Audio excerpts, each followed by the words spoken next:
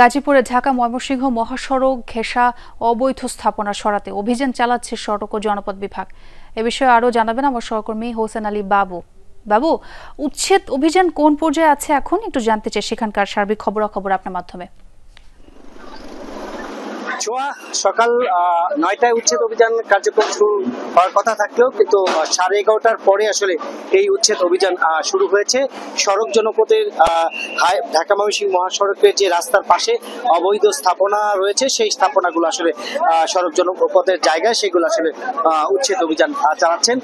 উচ্ছেদ অভিযানে রয়েছেন নির্বাহী সড়ক জনপথের যে নির্বাহী ম্যাজিস্ট্রেট আশরাফুল আলম চৌধুরী এবং সড়ক জনপথের যে রোডসের ইঞ্জিনিয়ার শরীফুল আলমের নেতৃত্বে আসলে এই যে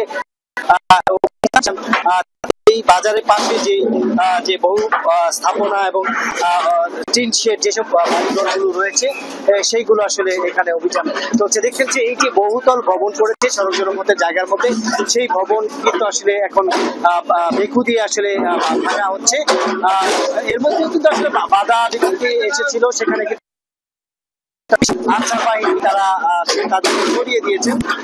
দেখতেই পাচ্ছেন যে অভিযানের যে কার্যক্রম সেটি কিন্তু চলছে। এখানে উৎসুক জনতা রয়েছে এবং এই জায়গাটিতে আসলে পৌরসভা থেকে যে ইজারা সেই ইজারা দেওয়া হয়েছিল সেই ইজারা থেকে সেখানে কিন্তু আসলে বিভিন্ন মাধ্যমে আসলে কি এই বাজারটি ইজারা দেওয়া হতো। সেই ইজারা শেষ না হলেও কিন্তু সড়ক জনপথে যারা এই রাস্তাটি দখল করেছে তাদেরকে কিন্তু আসলে নোটিশ করেছেন। নোটিশ করে সেই উচ্ছেদ অভিযান তারা শুরু করেছেন।